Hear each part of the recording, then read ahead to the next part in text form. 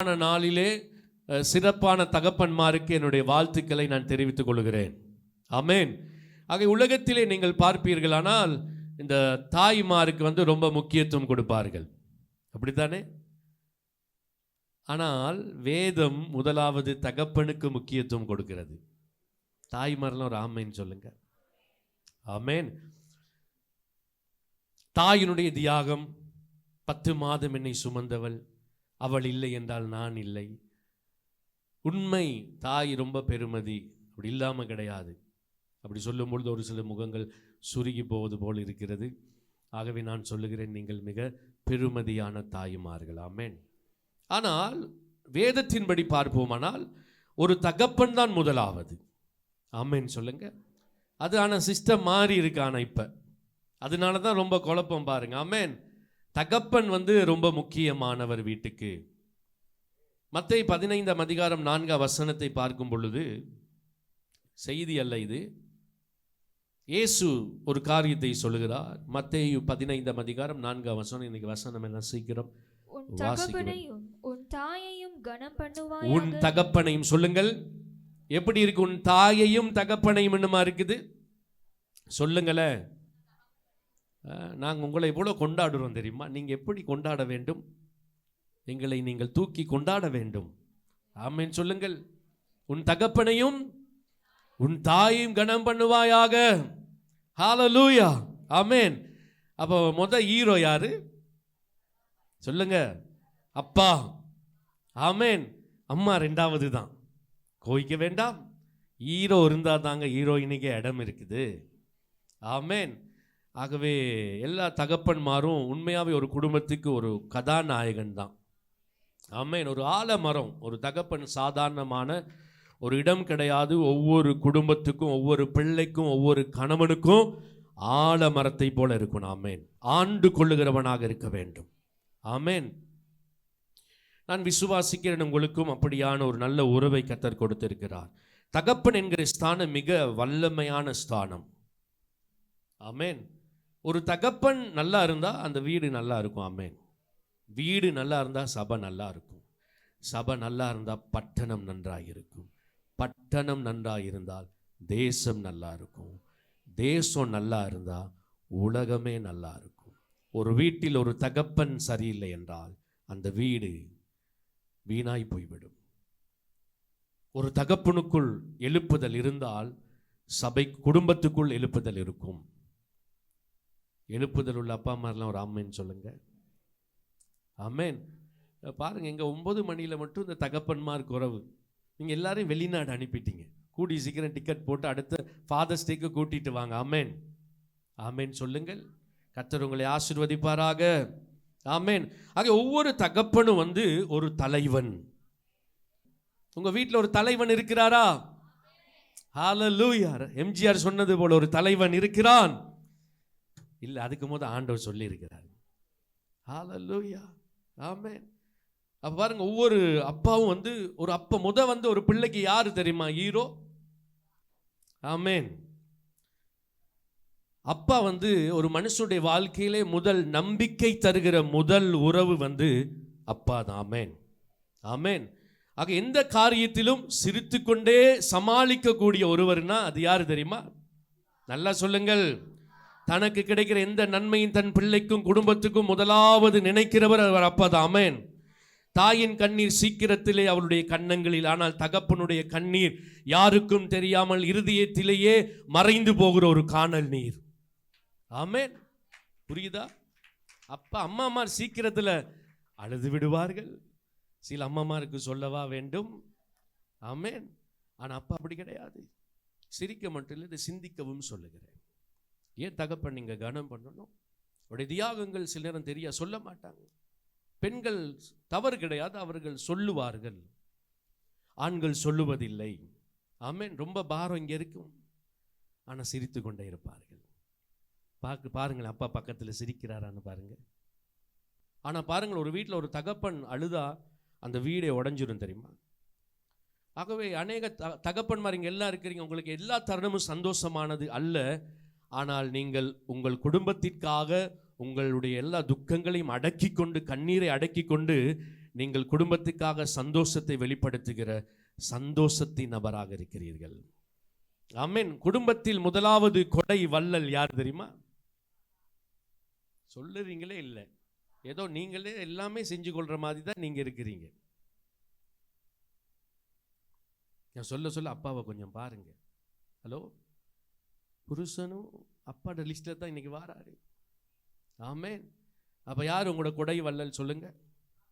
முதலாவது தன் பைக்கு பணம் வர முன்னுக்கே தன் குடும்பத்துக்கும் பிள்ளைகளுக்கும் என்ன செய்யலாம் சொல்லி நினைக்கிற மனசு தான் அப்பா மனசு. ஆமென். கர்த்தர் உங்களை ஆசீர்வதிப்பார். அப்பான்னா சும்மா இல்லை. ஆமென். அப்பா என்றால் பராமரிக்கிறவர், நம்பிக்கை தருகிறவர், தேவைகளை சந்திக்கிறவர், முன்மாதிரியானவர். ஆமென். பிள்ளைகள் சொல்லாமலே பார்த்து வளரக்கூடிய தாக்கத்தை ஏற்படுத்துகிற ஒரு முதல் கதாபாத்திரம்தான் தகப்பன் என்கிற ஸ்தானம். ஆகவே உங்கள் தகப்பனையும் கணவனையும் நீங்கள் நன்றாய் விசாரிக்க வேண்டும். விசாரிக்கிறீங்களா? ஆமென். ஒரு மாதிரி புன்முறுவல் எல்லாம் வருகிறது. அது எந்த முறுவலில் வந்தது என்று தெரியவில்லை. இப்படிப்பட்ட அப்பாமார்களுக்காக நான் கர்த்தரை ஸ்தோத்தரிக்கிறேன். இந்த அப்பா என்ற வார்த்தை எபிரேய மொழியில் இருக்கு. அதுதான் பிதாவுக்கு சொல்லுகிற வார்த்தை. ஆமென். ஆகவே இந்த ஸ்தானம் அப்பாமாரே கொஞ்சம் கவனிங்க. இந்த ஸ்தானம் என்பது இது கடவுளுக்குள்ள இருந்த ஒரு ஸ்தானத்தை தான் இன்று அப்பா என்கிற ஸ்தானத்திலே என்னை கர்த்தர் வைத்திருக்கிறார், உங்களை கர்த்தர் வைத்திருக்கிறார். ஆகவே இந்த ஸ்தானத்தை அலட்சியம் பண்ணக்கூடாது. கடவுளுக்கு அப்புறம் ஒரு மனுஷனுக்கு முக்கியமான ஒரு நபர் இருக்கும் என்றால் நான் வேதத்தின்படி சொல்லுகிறேன், அந்த முதல் நபர் என்னுடைய அப்பாவாக இருக்க வேண்டும். ஆமென். உங்களுடைய கணவராக இருக்க வேண்டும். ஆமென் சொல்லுங்கள். சில நேரம் அப்பா இன்னைக்கு இல்லையே, சில நேரம் உங்கள் அப்பா வெளிநாட்டில் இருக்கலாம், நீங்கள் விஷ் பண்ணுங்க. சில நேரம் தகப்பனை நாம் இழந்திருக்கலாம். காலங்கள் சில நேரம் நாம் முகம் கொடுக்க வேண்டிய கட்டாயங்கள் இருக்கிறது. நீங்கள் அப்படி இழந்திருந்தால் எல்லாரும் ஒரு நாள் அதை இழக்கத்தான் வேணும். ஆனாலும் என்றும் இழக்க முடியாத ஒரு பரலோக உறவை கடவுள் இன்று நமக்கு கொடுத்திருக்கிறார். ஆமென். உங்களுக்கு ஒரு பரலோக தந்தை இருக்கிறார், அப்பா பிதா இருக்கிறார். சொல்லுங்க, ஒரு கையை உயர்த்தி, எனக்கு என்றென்றைக்கும் அப்பா பிதா இருக்கிறார். ஆமென். ஆமென். ஆகவே இந்த பரலோக தகப்பன் என்னை ஒரு பொழுதும் கைவிடுவதில்லை. ஆமென். அப்போ எல்லா அப்பா அம்மாருக்காகவும் கர்த்தரை ஸ்தோத்தரிக்கிறேன். அப்பா இருந்த எல்லா இடத்தையும் அவர் கவர் பண்ணணும் தெரியுமா வீட்டில். ஆமென். இருக்கிறீங்களா? மனைவி சொல்லணும், நீங்கள் இல்லைன்னா ஏழு அப்பா வீட்டில், நீங்கள் இல்லாட்டி வீடே வெறிச்சோடி போயிருக்கு. என்னங்க 5 ஆமீன் தான் வருது. இந்த ஆள் வீட்டில் இருந்தால் தான் தலை வலி பாஸ்டர். உங்களுக்கு தெரியுமா? நீங்கள் சொல்லிட்டு போயிடுவீங்க. நான் அப்பாவா கட்டிட்டு வந்தேன், ஒரு வில்லங்கத்தை நான் கட்டிட்டு வந்திருக்கிறேன்.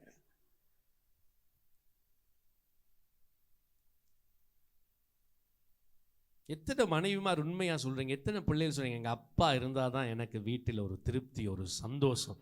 அவர் இருந்தால் தான் வீடு மாதிரி இருக்குது. தெரியுதுங்க.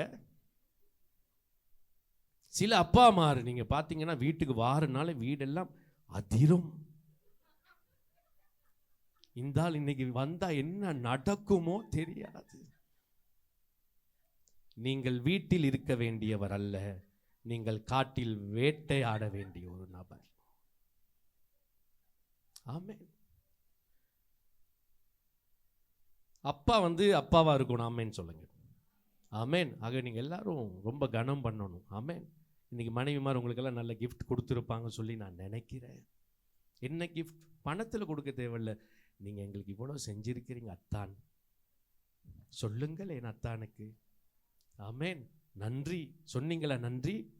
சண்டை பிடிச்சிட்டு வந்தீங்களோ தெரியா இன்னைக்கும். ஆமென். பாராட்டணும் அவரை, அவர் விசாரிங்க. சில நேரம் நீங்கள் நினைக்கிற மாதிரி அவங்க பிஸ்னஸ் வேலைக்கெல்லாம் வெளியே போயிட்டு வரும் பொழுது அவளை இலகுவிலே உங்களுக்கானவைகளை அவர் சேகரிக்கவில்லை. எத்தனையோ காத்திருப்புகள், அவமானங்கள். எவ்வளோ சிலர் ஒரு பிஸ்னஸுக்கு போனவங்க எத்தனை தடவை ஃபெயிலாக வருவாங்க தெரியுமா?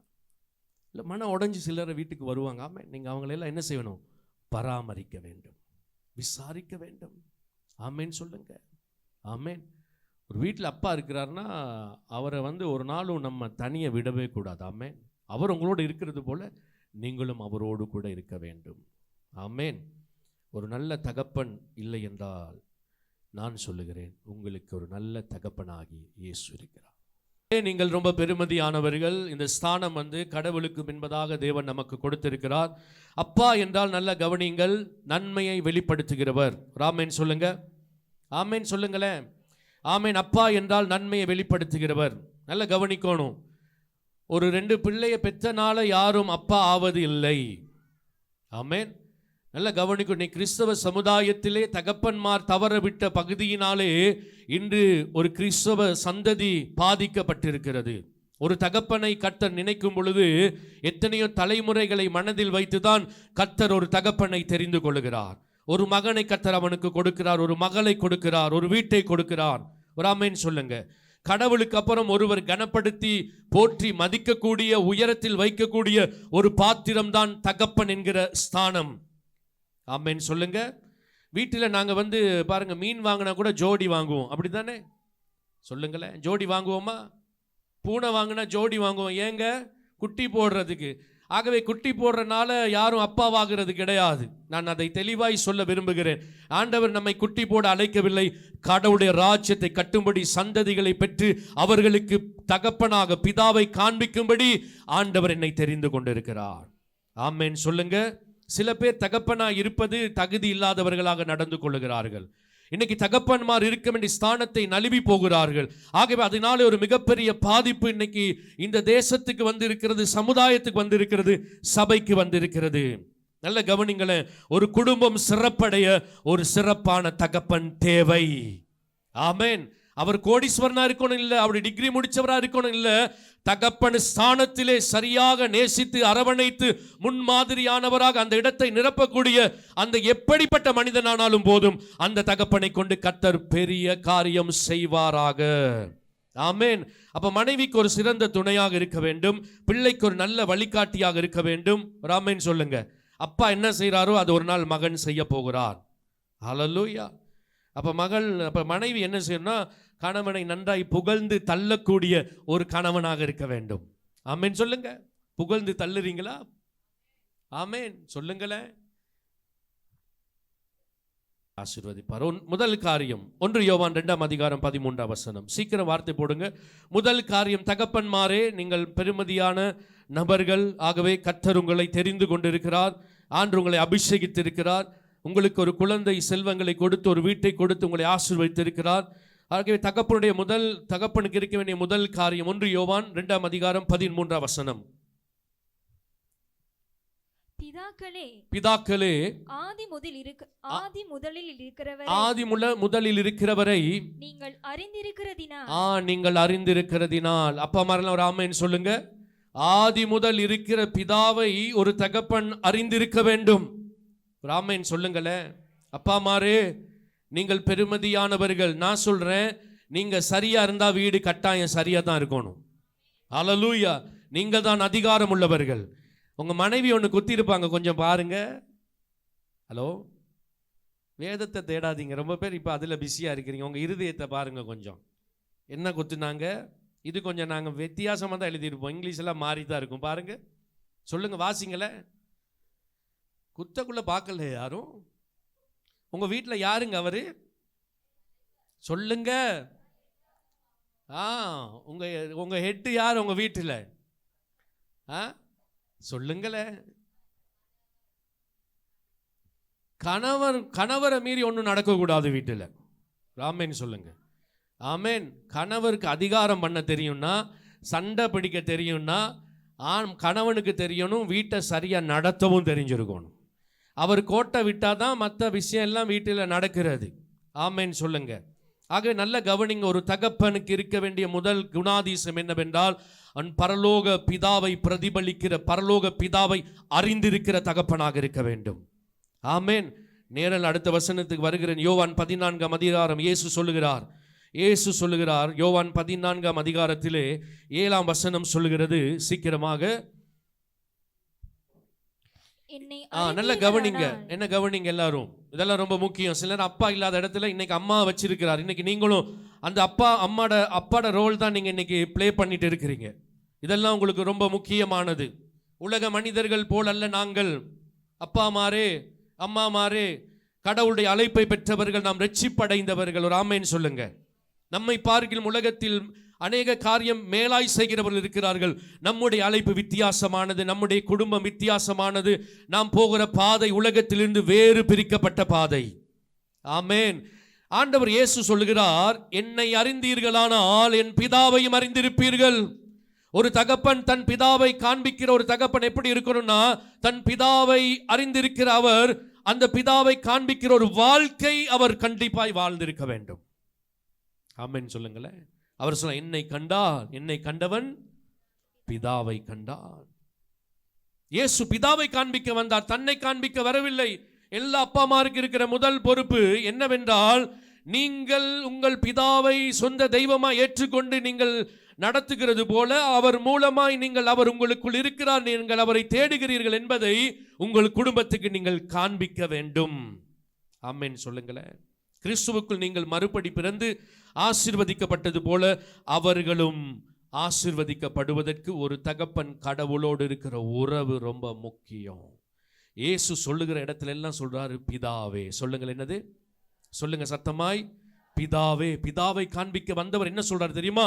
என்னை கண்டால் நீங்கள் அவரை கண்டீர்கள். அவர் எனக்குள் இருக்கிறார், நான் அவருக்குள் இருக்கிறேன். ஒரு அப்பா இப்படி சொல்ல முடியும்னா நான் சொல்லுகிறேன், நீங்கள் சிறந்த தகப்பனாக இருக்கிறீர்கள். ஆமென். டைம் இல்லை. ரெண்டாவது விஷயம், ரெண்டாவது ஆவிக்குரிய தகப்பனாக இருக்கணும். அப்பா தான் ஆவிக்குரிய தகப்பன். சொல்லுங்களேன். வீட்டில் பாஸ்டர் யாரு? ஹலோ, வீட்டில் யாருங்க பாஸ்டராக இருக்கணும்? அப்பா தான் இருக்கணும். சில வீட்டில் பேசுறதை நான் கேட்டு இருக்கிறேன். பிள்ளைல ஏதாவது தப்பு பண்ணால், நீ புள்ள வளர்த்துருக்க லட்சணம் பாரு. இல்லை, அந்த லட்சணத்தை ஆண்டவர் அந்த பக்கம் திருப்புறாரு. ஹலோ, என்னங்க ஏதாவது பிரச்சனை வந்தால் சொல்லுவாங்க, பார்த்துட்டீங்களா? பொறுப்பு பிள்ளைக்கு தகப்பனாக இருக்கிறார். ஆமென் சொல்லுங்களேன். ஹல்லேலூயா. எபிரேயர் 11ஆம் அதிகாரம் 7ஆம் வசனம் என்ன சொல்லுகிறது? விசுவாசத்தினாலே தேவ உச்சரிப்பு பெற்று பயபக்தி உள்ளவனாகி. நல்ல ஒரு ஆமென் சொல்லுங்க. தகப்பன் எப்படி இருக்கணும்? பயபக்தி உள்ளவனாக இருக்க வேண்டும். ஆமென். தகப்பன் நல்லா கவனிங்க. ஒரு தகப்பனுக்கு இருக்கிற ஒரு மிகப்பெரிய சந்தோஷம் என்ன தெரியுமா? தன் பிள்ளை பெற்றெடுத்ததை பார்க்கிலும் அந்த பிள்ளை ஒரு நாள் இயேசுவை சொந்த இரட்சகராக ஏற்றுக்கொண்டு பிறக்கிறானே, மறுபிறப்பு, அன்னைக்கு தான் அவர் உண்மையான சந்தோஷம் அடையணும். ஆமென் சொல்லுங்க. ஒரு குடும்பத்தை ரட்சிப்பின் வழியிலே ரட்சிப்பை பூரணப்படுத்தி அந்த பிள்ளைகள் அந்த வயது வரும் பொழுது அந்த ரட்சிப்புக்கு முதல் காரணமாக இருக்க வேண்டிய நபர் அந்த வீட்டின் தகப்பன். ஒரு ஆமென் சொல்லுங்களேன். ஹல்லேலூயா. நல்ல கவனிங்களேன். எனக்கு பிதா அப்பாவா இருக்கிறது போல என் மகனுக்கும் பிதாவை அப்பாவாக இருக்க வேண்டும். அதை ஏற்படுத்துகிறவன் தான் சிறந்த தகப்பன். அந்த தகப்பன்மாருக்கெல்லாம் ஒரு நல்ல கைத்தட்டு கொடுங்க. எசேக்கியேல் ஆண்டு சொல்றார், எடுக்க வேணாம், வார்த்தை டைம் இல்லை. 18ஆம் அதிகாரத்தில் நல்ல கவனிங்களேன். நீங்க எந்த தகப்பன் ரட்சிக்கப்பட்டிருந்தாலும் உங்கள் பிள்ளைகள் ரட்சிக்கப்படுவதில்லை. அந்த பிள்ளை ரட்சிப்பின் பாதையிலே நடத்த வேண்டிய பொறுப்பை கர்த்தர் உங்களுக்கும் எனக்கும் கொடுத்திருக்கிறார். தகப்பன் செய்த பாவம் பழைய ஏற்பாட்டிலே பிள்ளைகளை பாதித்தது. ஆண்டவர் சொல்றாரு, பாவம் செய்கிற ஆத்துமா சாகும் என்று சொல்லுகிறார். தகப்பனின் ஆத்துமா எப்படியோ அது அப்படியே, பிள்ளையின் ஆத்துமா எப்படியோ அது அப்படியே. நல்ல கவனிங்க. இந்த பூமியிலே நீங்கள் பெற்றெடுத்த உங்கள் சந்ததி பூமியில் பிறந்தது போல ஒரு நாள் பரலோக ராஜ்யத்துக்குள் அவன் பிரவேசிக்க வேண்டும். இந்த இலக்கிலே குடும்பம் நடத்துகிறவர்களே, நீங்கள் விலையேற பெற்ற தகப்பன்மாராக இருக்கிறீர்கள். ஆமென் சொல்லுங்க. ரொம்ப விஷயம் இருக்குது. அடுத்தது வாங்கல. மூன்றாவது, தகப்பன் என்றால் அன்பானவர். கணவர் என்றால் சொல்லுங்களேன். அன்பானவர் இருக்கிறார பக்கத்தில்? கொஞ்சம் பாருங்க, கொஞ்சம் பாருங்களேன்.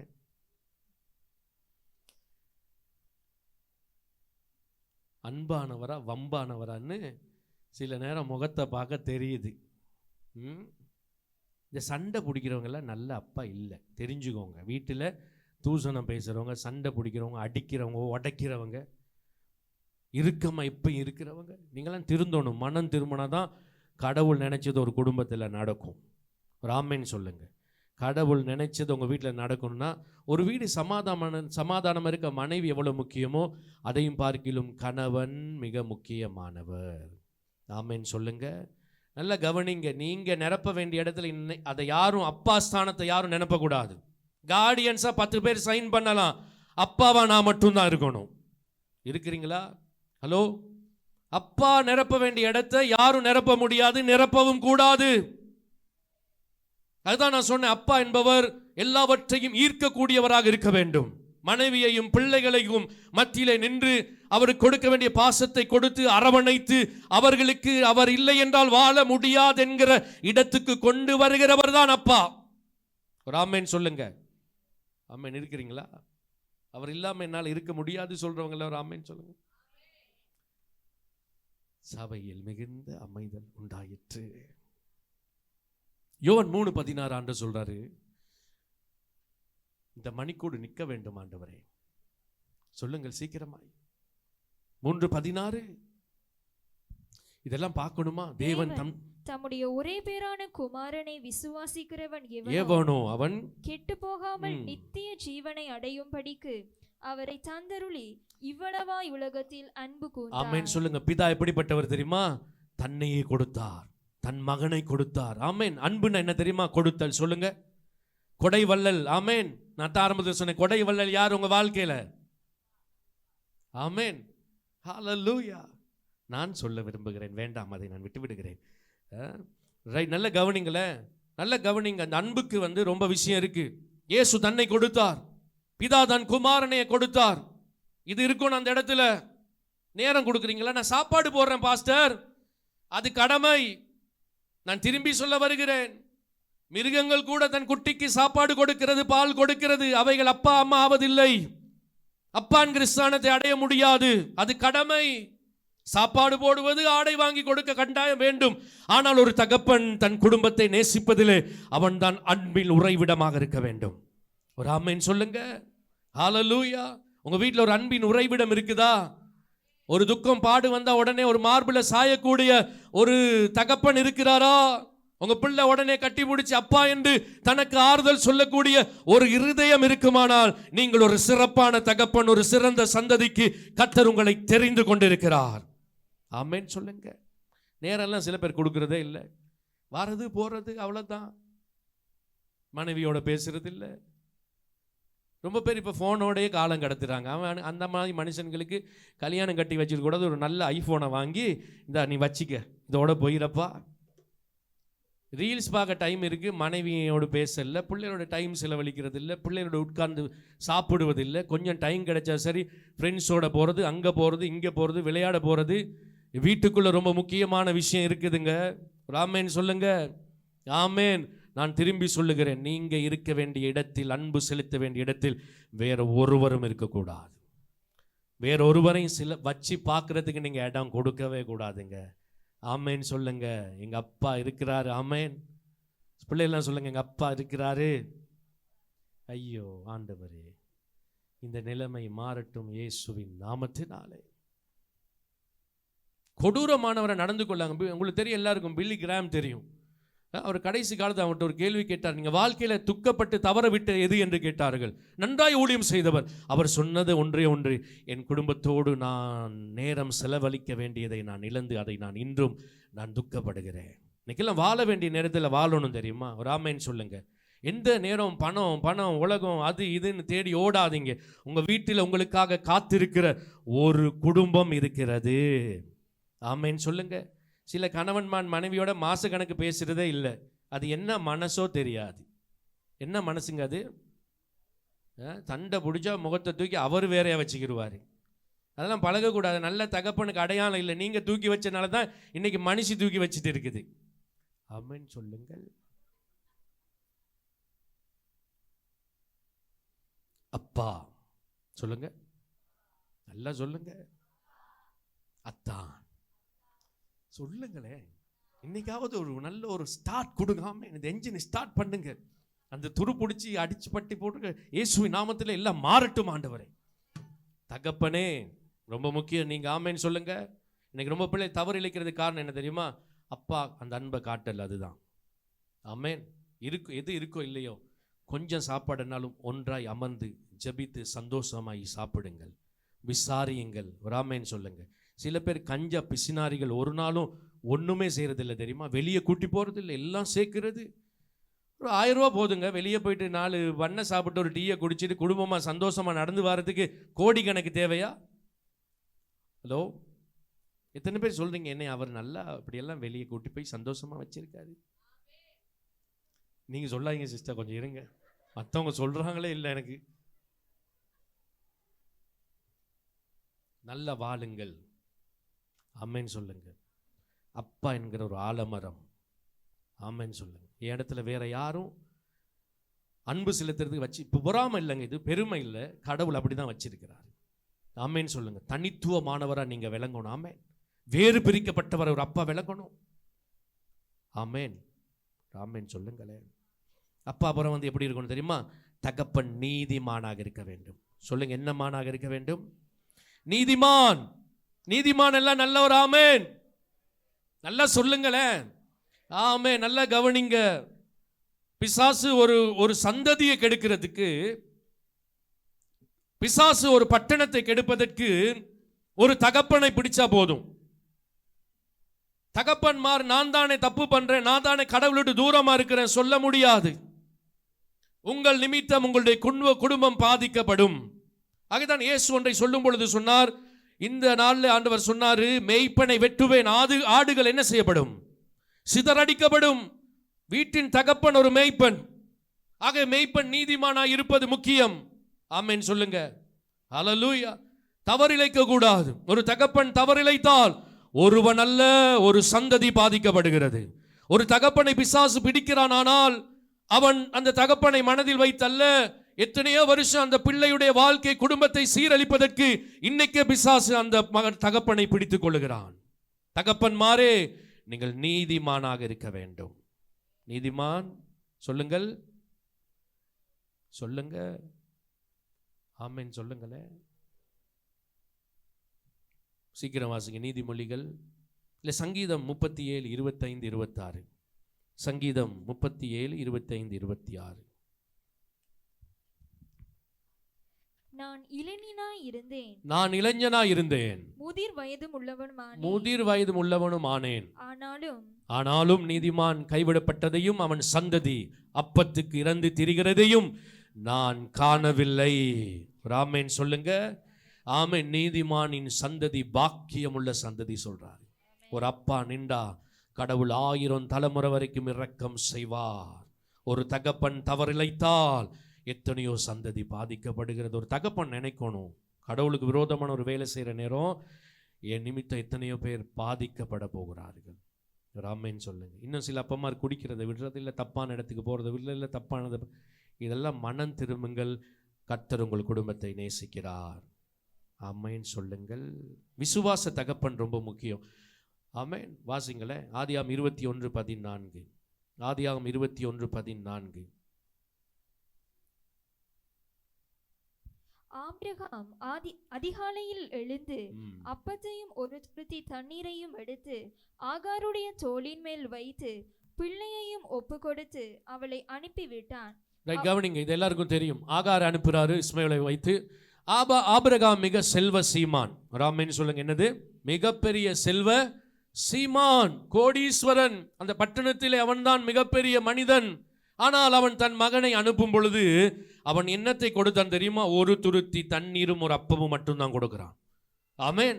அதுக்கு காரணம் இருக்கு. அடுத்த வசனம் சொல்லுது, அவன் கர்த்தருக்கு அவனை ஒப்பு கொடுத்து அவனை அனுப்பினான். ஆமென் சொல்லுங்க. ஒரு தகப்பன் குடும்பத்தை எப்படி நடத்தணும்னா, தன்னுடைய பண பலத்தில் அல்ல, தன்னுடைய புய பலத்தில் அல்ல, உலக காரியங்களில் அல்ல, விசுவாசத்திலே கடவுளுக்கு வீட்டையும் பிள்ளைகளையும் ஒப்பு கொடுத்து வளர்க்க வேண்டும். ஆமென் சொல்லுங்க. ஹல்லேலூயா. கொஞ்சம் யோசிங்களேன். அவ்வளவு இருக்கிற தகப்பன் என்ன செய்யறாரு? வனாந்திரத்துக்கு போகும் பொழுது எவ்வளவோ கொடுத்திருக்கலாம். ஒட்டகம் எவ்வளவு இருக்குது, ஆடு மாடு எவ்வளவு இருக்குது, வேலைக்காரர் எவ்வளவு இருக்கிறார்கள். இல்ல, அவன் அனுப்பல. கர்த்தர் அதுக்கு முன்னுக்கு சொன்ன வாக்கு தத்தத்தை நம்பி அவன் ஒரு துருத்தி தண்ணியை கொடுத்து அவன் சொல்லுகிறான், நான் என்னால் கொடுக்க முடிந்தது ஒரு துருத்தி தான், ஆனால் சர்வ வல்லவர் நீரூற்றையை கொடுக்க வல்லவராக இருக்கிறார். ஒரு ஆமென் சொல்லுங்க. அப்ப எந்த விசுவாச பிள்ளை வளர்க்கணும்னா கடவுளை நம்பி. இன்னிடத்துல ஈசாக்கு என்ன செய்கிறார்? பலிபீடத்திலே வைத்து அவன் கர்த்தருக்கு ஒப்பு கொடுத்தான். ஆமென். பிள்ளைகளை பலிபீடத்தில் வச்சு பலருங்க. ஆமென் சொல்லுங்க. ஆமென். பாசத்தில் மட்டும் வளர்க்காதீங்க. பாசத்தில் வளர்ந்தது ரொம்ப இப்போ கோணல் மாணலாக போகுது தெரியுமா? கடவுளுக்கு ஒப்பு கொடுத்து வளங்க. ஒரு ஆமென் சொல்லுங்க. கர்த்தர் உங்களை ஆசீர்வதிப்பார். வாசித்துக் கொள்ளுங்கள். அப்போஸ்தலர் 10:13. தகப்பன் எழுப்புதல் உள்ள தகப்பனாக இருக்க வேண்டும். என்ன பாருங்க, தகப்பன் எப்படி இருக்கணும்? ஆமென். எழுப்புதல் உள்ள அப்பெல்லாம் ஒரு ஆமென் சொல்லுங்க. வீட்டில் தகப்பன் ஜெபிப்பதை குடும்பம் பார்க்க வேண்டும். ஹலோ, அப்பா வந்த நேரம் வந்து ஃபோனில் இருப்பார், டிவியில் இருப்பார். நல்ல தகப்பன் இல்லை. ஹலோ, எப்படி இருக்கணும்? அப்பா முன்மாதிரி ரோல் மாடலாக இருக்கணும். என் அப்பா சரியாக இருக்கிறாருன்னா நான் என் வாழ்க்கை பெஸ்ட்டாக இருக்க போகுது. ஒரு ஆமென் சொல்லுங்க. தகப்பன் ஓய்வு நாளில் கர்த்தருடைய ஆலயத்தில் நிற்கணும். அப்போ பிள்ளைகள் வருவார்கள். ஆமென் சொல்லுங்களேன். அப்பா எதுக்கு முக்கியத்துவம் கொடுக்கிறாரு? பிஸ்னஸுக்கு முக்கியத்துவம் கொடுக்கிறாரா? பணத்துக்கு கொடுக்கிறாரா? உலகத்துக்கு கொடுக்கிறாரா? அந்த ஜீவனுள்ள தேவனுக்கு கொடுக்கிறாரா? ஒரு அப்பா வீட்டில் சரியாக குடும்ப ஜெபம் நடத்துனா வீட்டில் நடக்குமா நடக்காதா? ஹலோ, நடக்குமா? நடக்கிற வீடெல்லாம் ஒரு ஆமென் சொல்லுங்க. அப்பா குடும்ப ஜெபம் நடத்துகிற வீடெல்லாம் ஒரு ஆமென் சொல்லுங்க. நல்லா இருக்குது. அதனால தான் ரொம்ப பேர் அப்படி இப்படி இருந்தீங்கன்னு எனக்கு இப்போ தெரியுது. அப்பா ஒழுங்கா ஞாயிற்றுக்கிழமை சேர்ச்சுக்கு விசுவாசத்தோட வருகிறாரா? அப்பா வீட்டில் வேதம் சொல்லி கொடுக்கிற வீடு இருந்த ஒரு ஆமென் சொல்லுங்க. வீட்டில் உபதேசம் பண்ணுகிற தகப்பன் இருக்கிறாரோ? எல்லாம் கோட்டை விட்டுட்டு அப்புறம் பிசாசு வந்தான், அது வந்தான், இது வந்தான் சொல்லாதீங்க. கடவுள் விரும்புகிற தகப்பனை கர்த்தர் போஷிக்கிறார். அந்த சந்ததியை கர்த்தர் வாழ வைப்பார்.